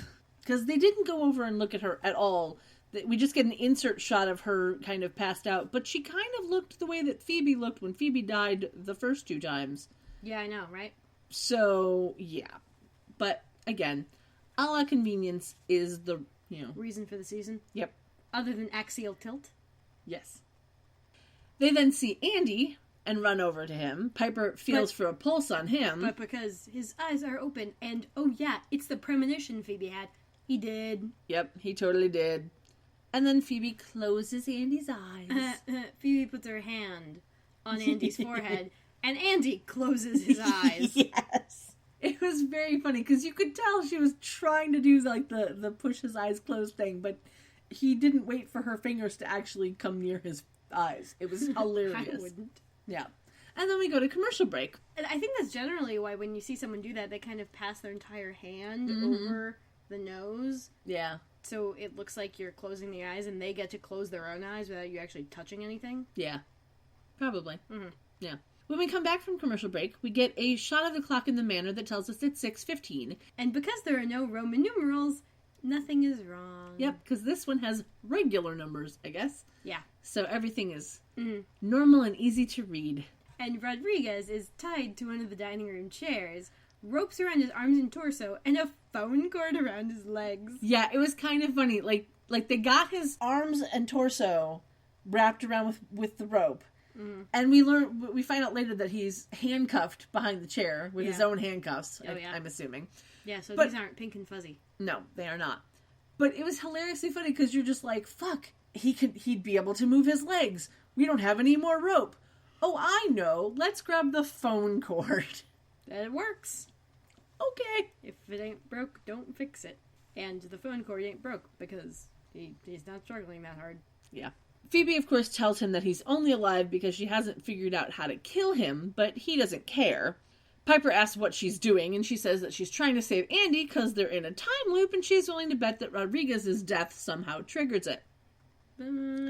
Sort of and sort of not. Yeah, but it's good logic. It's more like his arrival, his lack of arrival back into his place by midnight. Yes. That's what triggers it. Yes, it's the by midnight. That's the biggest thing. Yeah. Reminding us it is now 6:15. Yes. And So- Phoebe's like, oh, we also know about Tempest and that you're not him, or you would have restarted the day already. Right. Well, because Rodriguez is impressed that they know that they're in a time loop because Yeah. he was told that they wouldn't. Because he's obviously not Tempest. Right. Phoebe then asks where they can find Tempest, and Rodriguez just taunts her to kill him because he's a dick. Piper pulls Phoebe away and is worried that his plan is to reset the day so that he can kill them all. And, of course, Rodriguez chimes in that the day is going to reset itself anyway, and there's not a damn thing they can do to stop it because he's a dick. Yeah. And Piper's like, shut the fuck up. Yeah, And they she just go- tells him to shut up. And the way she says it, I just wanted to, like, kiss her. I was like, you are amazing. Yes, tell the demon to shut up. Yes. Uh-huh. I enjoyed it. Okay. Yes. But anyway, they all go to crouch around Prue, calling to her, and we hear Andy's voice calling to her as well. Yeah, because they gotta wake up Prue. Okay. You know, I want to know, I think I put this down in my notes later, but I want to know, how long has it been that they have left Prue just laying there unconscious, knocked out, whatever? Because they had time to put a blanket over Andy's body. Tie up Rodriguez. Yeah, tie up Rodriguez into a chair. Well, hang on. Remember, the clock told us it's 6:15. So it's been 15 minutes. It's been 15 minutes. Yeah. They've just let her lay there, knocked out, for 15 minutes. Yep. Not checking on her at all. Nope. You know, whatever. So, we enter Prue's dream state. Unconscious dream state. It's a ridiculous dream state. Oh my god. The swing seat is there, Surrounded by fog. surrounded by fog. Not a tree at all. No tree. The chains are just going up Up into in the the air. clouds. Yep. And then their voices are slightly echoed as they Like talk. it's very, oh look, it's heaven kind of thing. Yeah, like, it's more stereotypical. like, hey look, it's limbo kind of thing, because... Well, no, there's no tiki torches. Bad. No, bad. Prue wonders where they are, and while he's not sure, Andy tells her that the one thing he knows is that he's staying and she's not. Prue, of course, doesn't understand, and he tells her that he broke his promise and came to her house, even though he didn't actually promise that he wouldn't go to her house. Yeah, whatever. But that's neither here nor there. Mm-hmm. He also tells her that Phoebe's premonition wasn't supposed to be stopped this time. Mm-hmm. And Prue's like, what? No, what? And he tells her he's realized it was his destiny to die and hers is to continue on because everything happens for a reason. Yep. So, for once, we get the guy fridged. I don't know if there was a reason for T.W. King leaving. I don't know. It might be on the Wikia. I don't know. We'll have to look that up. I But, don't think there was. Hold like, please. I mean, you know, actors sometimes leave because they have other things to do. And sometimes they're just killed off and they have to find another job. But whatever. According to the Wikia, T.W. King left the series at the end of the season for unknown reasons. It is rumored that Shannon Doherty made the network fire him. He was not happy with the short amount of airtime his character got, and he disliked the ambiance on the set. But that's all we get. Ambiance? Yeah, who knows? Ambiance? Really? That's not a reason. Yeah, at this point, who knows? Anyway, Prue says that it isn't fair, and Andy tells her that she needs to go back and keep the time loop from being reset again. So, of course, she threatens to kill Rodriguez, but Andy says she's not a murderer. Since when is killing Demon a murderer? Like, yeah. When She's killed other demons. Yeah, she's killed a few people. She's killed a few tires, too. Indeed. But she says that she doesn't want to lose him, and he says she won't, and then they kiss, because, you know, as they break from the kiss, he says he'll always be there for her, and then he disappears into a phase of blue light. You know. And we hear Phoebe's voice coming out from the ether. Calling to Prue to come back to them. And back at the manor, Piper is now asking her to wake up, which she does. They help her off the floor, and she sees Andy lying on the floor with the blanket covering him. Yeah, so she was definitely out for like 15 minutes. Solid. Yeah. Which, doesn't happen, but whatever. Yeah. Piper tells her that Andy was trying to save them, and Prue Who's says, like, he'll succeed. Yeah. Very determinedly. She asks where the Book of Shadows is. Phoebe brings it over to her, and then she asks about the spell to accelerate time, And which Rodriguez starts squirming yeah, in his he gets chair. kind of worried looking. Phoebe points out the spell to Prue, and Piper says that they should be wanting to reverse time, not accelerate it, but Prue says the only chance that they have to get rid of Tempest is to break the time loop. Phoebe's of course, we won't be able to save Andy, Prue. Yeah. And she's like, I know that. Piper asks if she's sure. Prue says no, and then starts reading the spell. Yeah. And the spell goes, winds of time gather around, give me wings to speed my way. Rush me on my journey forward, let tomorrow be today. And I like this rhyming structure. It was quite nice. Yes. Rodriguez looks concerned. Exactly. But Yes. And we see the hands on the clock start speeding around the clock face. Like super fast. Just boom. Uh-huh.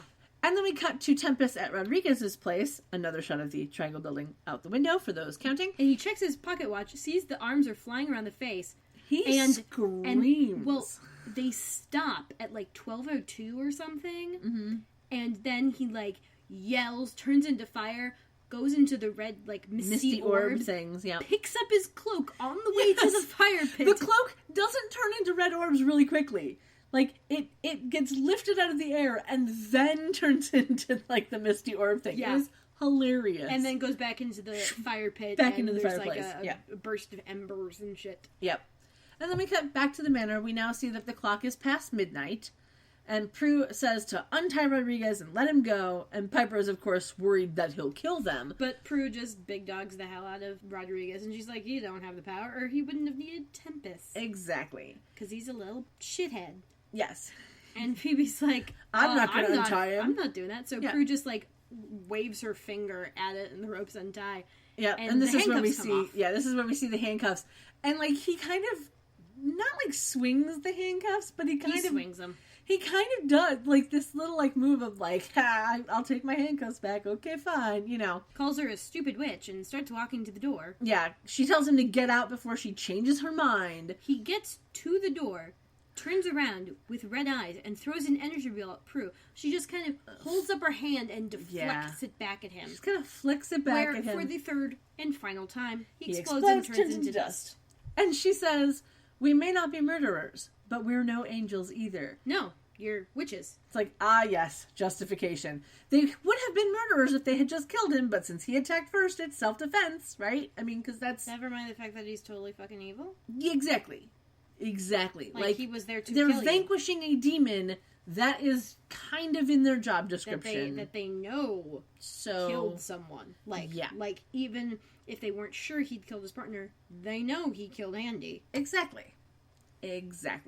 So she then walks over to Andy and kneels next to him and starts crying. And how do they explain his death? Oh, right, they don't. We never find out in this episode. I don't know if we find out next season because I honestly don't remember. But we never find out in this episode how they explain his death, of why he is dead on their living room floor. But whatever. So thank you to Shazam, #not-sponsored. The song playing at this moment on the DVD is Calling All Angels by K.D. Lang. She was born Catherine Dawn Lang in Alberta, Canada in 1961, and she spells her name the same way I spell mine, and that makes me smile. I can still remember me at age 13 singing Constant Craving over and over for nearly 3 months. I loved that song.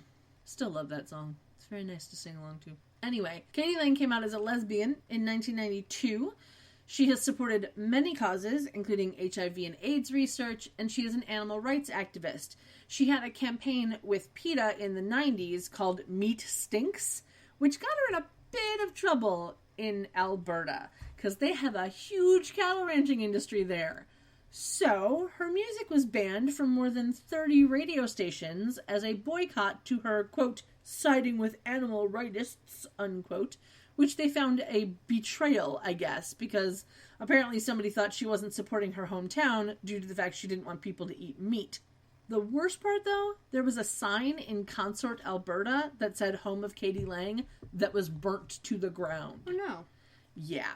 It shows that people were taking things way too personally, and I'm still annoyed by it 20 years later. Didn't even happen to me, and I'm annoyed by it. The song on Netflix was Sweet Memories by Alicia Grant, but I couldn't find anything about her, really. Like, at all. Okay. Yeah. But the song wasn't jarring, and it fit the mood of the scene. It was Yeah. quite nice. Mm-hmm. It fit the scene nicely. Speaking of the scene, we see cop cars and motorcycles driving through a cemetery, and thanks to my mom's awesome skills and one perfectly placed and readable headstone, we know that they filmed this at the Angelus Rosedale Cemetery in LA. Aha. Thanks, Mom! Also, thanks to Miles F. Salis, 1891 to 1913, for having a unique enough name to make that search possible. May Oh, he yeah, rest I in was, peace. one of the people who was in the group who was seeing Hamilton with me, she does genealogy herself. And so we were talking about it, and apparently her great-great-grandparents, like, on her dad's side, they couldn't find the headstone. She was trying to find the headstones for, you know, like, to keep in records, and they weren't at the cemetery that she was told that they were at. Like, she looked at the burial records and Did said she they check were out there. Find a Grave? She looked through the entire cemetery, couldn't find them. She had the record of everyone who was buried there, and they were on that list. But when she asked, they're like, oh, they were in the mausoleum. She's like, there's no mausoleum at the cemetery. The mausoleum was demolished to make way for more of a parking lot for the used car lot next door. And everyone was buried in an unmarked grave. Wow. Yes. Wow. Yeah, but she ended up buying headstones for her great-grandparents. They weren't even buried together, like next to each other in these unmarked graves. They were just kind of dumped in there. That's kind of sad. I know, and stupid. You'd think that they would have at least gotten, like, some sort of... There were hundreds of people in that mausoleum. Yeah, but I'm saying, like, you'd think that they would have at least gotten some sort of, like, message saying, oh, hey, by the way, but... So, small tangent. The cemetery was founded as Rosedale Cemetery in 1884, when LA was a small city of around 28,000 people. Rosedale was the first cemetery in Los Angeles to open to all races and creeds, and was the first to adopt the concept of the new approach of design called lawn cemeteries, where the grounds are enhanced to surround the burial places of the dead with beautiful and decorative trees, shrubs, flowers, natural scenery, and works of monumental art. In 1993, Rosedale was bought by the Angelus Funeral Home on Crenshaw Boulevard and renamed Angelus Rosedale Cemetery. There are a bunch of famous people buried there, including Hattie McDaniel, the first African-American female to win an Academy Award for her role as Mammy in Gone with the Wind, and Anna May Wong, who's the first Chinese-American movie star. I will put links to their wiki pages on the website for anyone who wants to read more about them, because their lives were also fascinating. So, as we pan down, we see a random person sitting in a blue plaid lawn chair that we get no explanation for. It was an interesting thing because there was literally no explanation for it. Like, they didn't even make mention of it. Most people probably wouldn't have even noticed it. Yeah, but just as we some have rando learned, in a lawn chair. yeah, as we have learned, I am not most people.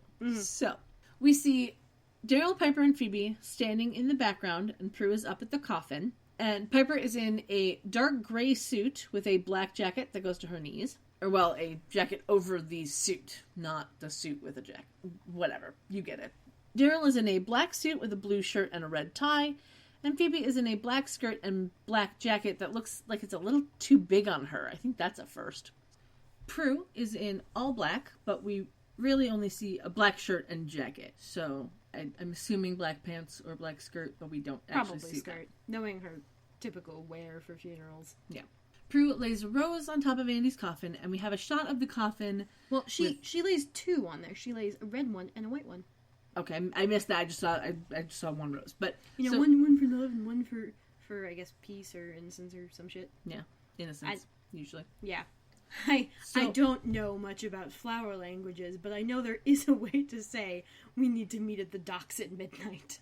What? There was a Tumblr thing where someone's like, okay, so if there's flower language, how would you say? And then they make up some, like, a spy thing where, like, we need to meet the docks at midnight, bring a hammer. Okay. And someone went through and figured out how you might say that. Okay. It's loose, but it makes sense based on, like, the flowers and, like, oh, this thing means this, and, like, no, like, it'd be a weird-looking bouquet, but Interesting. it would work. Except part of it would be, like, a dogwood tree. Hey, you know, some bark, I'm assuming. So, Prue lays The two roses. Two roses down on top of Andy's coffin, and then we have a distance shot where we see the coffin with flowers all around it, with the chairs on the right side for mourners, but nobody's sitting there. Now, I have realized, as I was watching this, that I have only ever been to Jewish funerals, so I have a question. Is this just a TV thing, or is it just a non-Jewish thing, that everybody leaves and the body is still sitting there with flowers all around it? Because in Jewish funerals, part of the service is putting the body into the ground and covering it with dirt. Yeah, I don't think I've ever been to a funeral where we do that. From what I've seen, like, the Catholic funerals I've been to, it's been literally, like, you follow the hearse to the gravesite, and then you just kind of, like, they say a few words, and maybe you put some flowers on it, and then you leave. You see, that's weird to me. Oh, wait, we didn't do that we did that for my grandma's funeral. I don't think we... Oh, right, we couldn't do that with my mother's funeral because, we didn't have a body. She donated herself? Oh, yeah. Yeah. So chances are we're not gonna get a body anytime soon. Yeah, they'll probably give you her cremated ashes. They will, later. and that's the what aunts happened have with my already figured out grandparents. how they're dividing it amongst themselves. Yeah, my grandmother left her body to science too, so we wound up with her ashes. Both of my grandparents on my mother's side, which would have been my non-Jewish funerals, didn't have funerals. They were both cremated, and then we scattered their ashes in the woods in Kettle Moraine. So... Yeah, makes sense why you would have no experience with that then. Yep. Which, though I do have some funny stories about that. When my grandmother died and we went to scatter her ashes, it was slightly slippery outside, and my mother trying to... Because, okay, so there was... This is gonna be good. Well, so there was this bar that was, like, covering the road so you couldn't drive a car in. And my mother, in her infinite wisdom, tried to go under the bar and mistimed something and wound up smacking herself in the face with the bar and gave herself a huge black eye. Mm-hmm. Yeah, so we jokingly said that Grandma was getting back at her for something in the afterlife. And then when my grandfather died, we went to the same place. It was a little bit of snow on the ground. And so my mother goes to fling the ashes, to scatter the ashes. And she slipped on the snow and fell and landed in the ashes. Oh, that's great. Yeah, so we joke because she got Grandpa all over her. Yeah. One of my friends was married to their husband for a very, very short period of time before he died, and he told her to scatter the ashes into the ocean, and she definitely got hit by a wave. Oh, Jesus. And then threw the ashes, and then a bigger wave knocked her over, and she basically got covered in her dead husband. And she, oh man, posting this on Facebook, she was laughing about it because she's like, "That's very him." That is quite funny. Just like, I wanted to make you laugh before I left, because then the tide like kind of just started going out. That's super funny. Yeah. Yep. But yeah, scattering ashes. Best do it off a cliff. Scattering ashes. Check which way the wind is going. Yes. Wear non-slippy shoes and watch out for metal poles. Yes. All of those things. Yep, all of those things. So we dissolve into a panning shot down on the manor, and in the kitchen, Phoebe is now wearing a fuzzy sleeveless top, kind of tank top looking, with black pants, and her hair is pulled back into a bun type thing. Mm-hmm. Piper is in a bluish button-up shirt with red dots all over that looks to be over a black cami shirt and a gray skirt. And she's got the cross necklace on that she's been wearing all episode. Why is it angry? I'm ignoring that. The weather girl on TV tells us it's Monday. This is when Phoebe turns off the TV and says that her shtick is getting boring. She needs a new tagline. Yep. It made me laugh, though, that she said her shtick is getting boring. I was like, why do you even know? How many Jews do you know? Where do you even know that word? And I was like, oh, right. I don't know that. California. Yeah, it's like, yeah. That's like pretty common. Yeah, but in my household, shtick was not a thing that most other people schmuck knew. schmuck is less common, which BT dubs. Yes. I had a French teacher whose last name, married, was Schmuck. Oh, poor girl. Yes. And, like, kibitz, that's, that, like, I barely even know what that is. But, like, there's a few things that are fairly common. Shtick and schmuck are probably the two most. Other than that, I can't think of any. But, yeah, like, so some Yiddish has creeped into the public vernacular. Oh, yeah. Putz has creeped into it, Oh, yeah, definitely. Yeah. But that's probably... Putz and schmutz. Yeah. You got some schmutz. That's probably because of the prevalence of Jewish people in Hollywood. Yeah, oh, absolutely. I would garner a guess. Absolutely, yeah. But, so... Piper's like, oh, maybe she should hire Joanne Hertz and boost her ratings. Yeah. Phoebe asks if she has rescheduled her segment, but Piper says no. She's decided to quit her job. Because, you know, meeting Joanne was like a blessing in disguise. She always wanted to be a chef, and she somewhere... forgot about that, and she wants to have her own restaurant. Yeah, she wanted to be a chef, have her own restaurant instead of just managing one. Phoebe, of course, thinks that it's great and that she's an expert at trolling the classifieds if Piper needs any help in that regard. Then we cut to Prue sitting on the front steps. She is wearing a white spaghetti strap dress with red flowers on it. Angel hair. Okay, fine. Angel hair. It's pretty skinny. It is. Phoebe and Piper come outside. Now, I'm not sure how long after the last scene this is supposed to be, but Phoebe's hair is now in that half-up pigtail style that she's had for most of the episode. This time, though, they're held up with silver butterfly clips instead of the pink pony braid. Yeah, I think they must have done reshoots and just... They had to have, because also, Piper's necklace is now a butterfly. Yeah, that's reshoots. So... That's reshoots, and they forgot what everyone was wearing, and they're just like, whatever. Yeah. Either that or somehow they were just Someone didn't take a Polaroid. Maybe if they had a continuity master, this wouldn't have happened. Anyway, so we learn that Andy's been exonerated, and they're now looking for Rodriguez, which gets a good luck from Piper. We learn that Prue thinks that all of the good they do helps offset all the bad in the world, and that while they're all going to miss Andy, he'll always be with them. She then realizes that they'd better get ready for work, which prompts Piper to look at Phoebe and say, I'll tell her later. Which, you know, Piper would still need to put in her 2 weeks' notice. Yeah, but, yeah. When Prue questions them, they reply that it's nothing, and they head toward the door. And as they do, we see that Prue's dress straps are actually crisscrossed over her back, and then tied in a bow at the center of her back. Well, what they're doing... It was like a triangle on her back. When you see her shoulders, it, like, comes down across the back of the neck to the front panel and then back over. Like, it kind of V's down, which is why they're so skinny, because they're doing that. And then, it like, goes through some loops and ties across and shit. It was an interesting design choice. It was kind of cool looking. Yeah, good luck taking that off at the end of the night. Well, you know, I'm sure that you just pull the string out, undo the bow at the back. And like, we know which way she's going to have to go to the bathroom, that one. Well, it's a dress. I know. So. I know, but, like, it's still funny, because it's so convoluted, like, the top and all the strappies, and you're just like, yeah. You don't want to take that off if you don't have to. True. But it's a dress, so going to the bathroom shouldn't be a problem. This is true. Yeah. So, they walk inside, and Prue smiles, sticks up a finger, and the door swings shut, and we go to the end credits. Now, this last scene of the Halliwell Manor door being closed magically by Prue starts a season-ending tradition, and in the pilot, the last scene was also of Prue closing the door in the same way. So it was a nice little thing. This is the first episode in which Phoebe has a premonition that they are not destined to stop, and this is foreshadowed by the fact that Phoebe didn't see how it happened, just her and Piper examining Andy's dead body.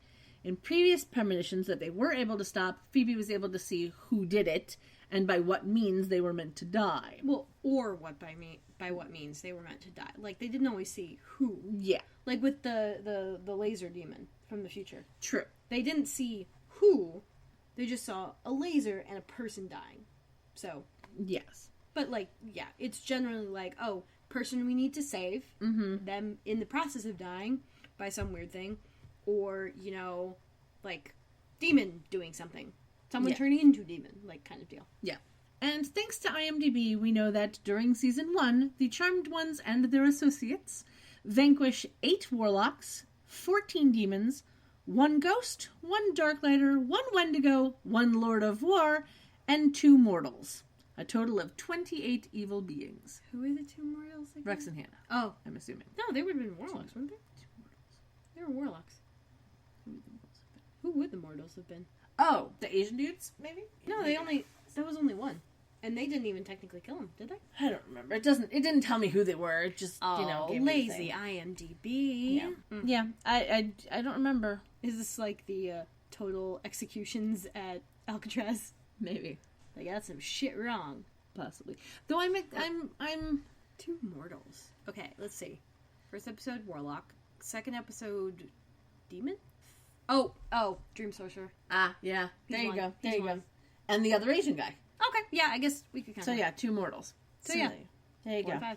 What was 3? What did we do for 3? Oh, yeah, those guys. Yeah. Oh, they'd be part of the Warlocks then. Yeah. But yeah, so that's that episode done. That means we are at our ratings portion of the evening. Indeed. Would you like to go first? Showa. Hang on, I gotta remember what I decided it was gonna be. Oh, yeah. 9 out of 10 fucking wrong cuckoo clocks. There you go. I like it. I am going also 9 out of 10 unstoppable premonitions. Okay. Because, Yeah, it's a solid season ending. it really was. Mm-hmm. You got closure on some things. Yeah. There weren't too many.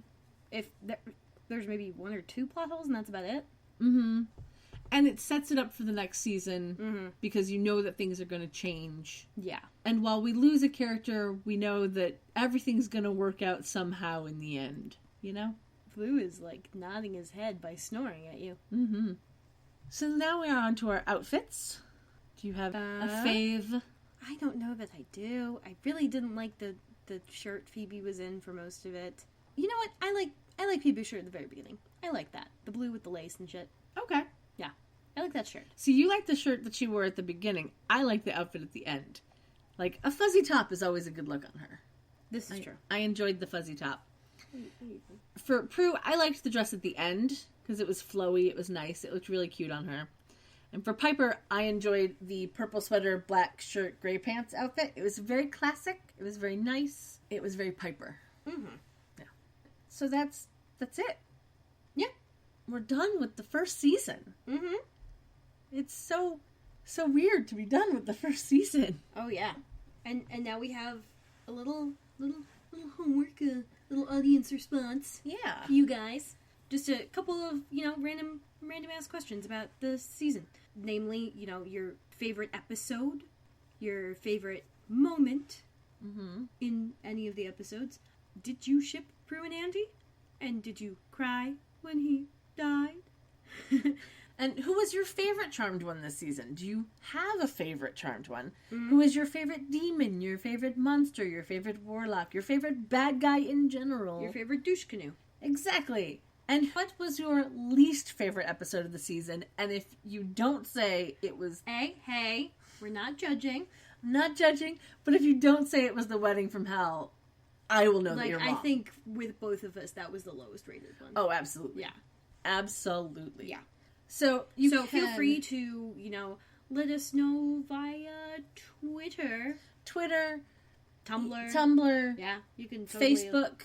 Facebook is always good. You can just yeah. message us on Facebook. Yeah, or post to our page. That's Charm Chats over at Facebook. Yeah. Over on Twitter and Tumblr, we are Charm Chats Pod. Our website is charmchats.com. Yes.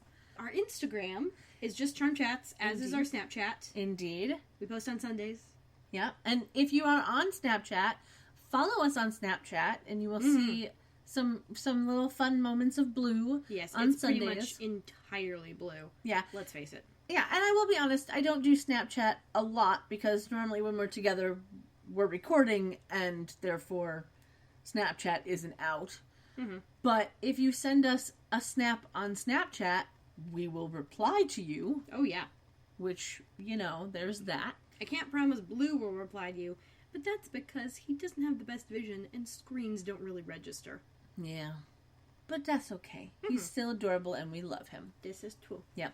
But of course, the best way to get a hold of us is by sending us an email at charmchats@gmail.com. Speaking of which, we have a bit of business to do regarding that. way back. Like, pretty much from the inception of this, when we started releasing episodes. I think it was, about a month after we started. Yeah. We got an email from a lovely listener named Alex, and she, had a little bone to pick with us, and rightly so. Yeah, absolutely. She writes, "So, I'm new to the show. I loved, in parentheses, love, Charmed. It was my favorite show while growing up. So I love that this podcast exists. Small critique, though, from listening to the first episode. You guys mentioned something about the fact that it wasn't a big deal for there to be a black guy cast in a show like Charmed at the time, or that cultural appropriation wasn't a problem then. This kind of bugged me. I think that it wasn't a big thing for maybe you guys personally, or wasn't something that was discussed amongst your community, but it was a big deal to those that were affected by it. And as a little black girl, it was always exciting to see a character who was another ethnicity, so it was something of a big deal. Anyway, just wanted to give you another perspective. Thanks for the show." And we got this, and then you showed it to me, and then I pretty much immediately responded. Yeah, absolutely. And then because we want to make sure that, if you send us something that we want to discuss on the show, we have your permission to discuss it. We don't want to just, up and put your words on the internet without you, giving consent. That's kind of a bullshit asshole thing to do. Absolutely. So we waited for a response, and we Alex, did get one yes, a while Alex, back. Dear Alex is a very busy grad student, so it took her a while to notice she had a response, and we totally understand. Well, that's okay. It took us a week to notice we had an email, because I only check it on Sundays. And then it took us 3 months to respond, because... Yeah, is there a date? August. We got this in August. Yeah, we got this in August. She replied in September, and it is now... November. It is now November when we are recording this, and December when you are listening to it. Yeah. So, it's a thing that happens. We forgive everyone for being a little delayed, because that's how we are. We just got distracted, and we're like, oh, we should do this. We should do this. Are we going to do it next week? Oh. And then I'm just like, screw it. We have to do this by the season finale. Exactly. I do not want to put it off until next season. We should definitely talk about this. So that's what we're going to do real quick. Yes. So I will completely admit... And Alex got it pretty right about what we said. I went and listened to the episode today. Yes. Because you don't listen back to them once you post them. I do not re-listen to the episodes because I edit them, and I don't want to hear them again once I've listened to them. Because you have to understand, for me, editing takes days. Yes. And by the time I am done editing, I don't ever want to hear my own voice anymore. So the fact that I have to edit the next episode means that I'm not going to go back and listen. Maybe when we're done with all of these, I will go back and listen just because, but... Yeah, plus you... Right now, not so much. Sorry today, but you have a worse memory. I do. I have a horrible memory. And so it'll be a little fresher for you, whereas once I... in listening to it, I may not be able to remember where the cuts were, but it'll pretty solidify what we talked about. Yeah, absolutely. And I even though I do it at work, and so I'm always doing something else at the time. Yeah. I do have to say that I completely understand where Alex is coming from. Oh yeah. And I completely recognize that I have to check my privilege. Mm-hmm.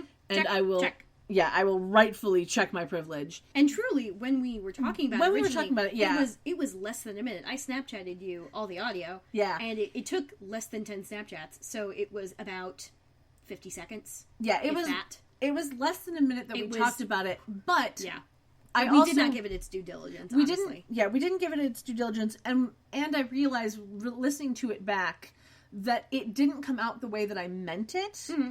And therefore, I want to clarify my statements. When I said that it wasn't a big deal, or that cultural appropriation wasn't a problem, it wasn't exactly what I meant. Thinking about how to explain it better, I basically came to the realization that what I meant by that was, it wasn't as big of a deal as it is now, in that we aren't hearing about it as much. Yeah, it wasn't now in the cultural conscious. Right, because now we have Twitter, we have Tumblr, we have Facebook, we have all of these things that are huge social media things where we can talk about this 24 hours a day, 7 days a week, and get it out into the public, consciousness. I mean, that wasn't there in 1999. Yeah, prior to 2005, it wouldn't have been terribly possible to, sure, there were forums, and AOL was a thing, but, if you weren't part of that community, you weren't in that community. Like, there was no real need or want for a white person to be on a black person board kind of thing, because I didn't even know black person boards existed. So, yeah. I mean, it makes sense, but I wouldn't have known that. Like, at the time I would have been watching this, none of that would ever have crossed my mind. It wouldn't even have occurred to me to go, oh, hey, a black guy, that's interesting. Mm-hmm. Like, I was so beyond unwoke. Just, I was asleep. But that's the point, is it's not that it wasn't a big deal and that it wasn't a problem. It's the fact that it wasn't talked about as much on the news, which is where we would have heard about it. It was a pretty unremarked on thing. Yeah. Like, so it absolutely was a problem. Oh, yeah. And it absolutely was a big deal, but it wasn't talked about in that way, in the same way that it's talked about now. Because people weren't dedicating their award speeches to it. Yeah. People weren't blowing up their Twitter every day with yet another I think we were still message about functioning it. with GeoCities websites and shit. Yeah, exactly. So I think that's where we were coming from in that is... CompuServe. CompuServe. Yeah, CompuServe and AOL. Gosh. Actually, this would have been before I was even on the internet. 99? Yeah. Like, I wasn't was on watching the the show internet. at this point, but yeah. I was on the internet very young. We were were a techno-savvy Our bunch, child our computer family. was not connected to the internet at this point. But yeah, so I absolutely want to apologize for the way that my words came out. Yes. And check my privilege. Check. And explain and make sure that everyone is aware that I am aware Yes. of my privilege, and knowing that while I am white and therefore I automatically get white privilege, that I still have been discriminated against because I'm not straight, I'm fat, I'm female. So right there, that's 3 strikes against me. Yeah, You know, I mean, that's but not exactly... I also understand that that has no even, like, inkling of the same kind of thing. And I get that completely. Yeah. And I don't want anybody to think that I am... We don't want to be insensitive. Yeah, I'm not trying to be insensitive. I'm not trying to be like, oh, well, you know...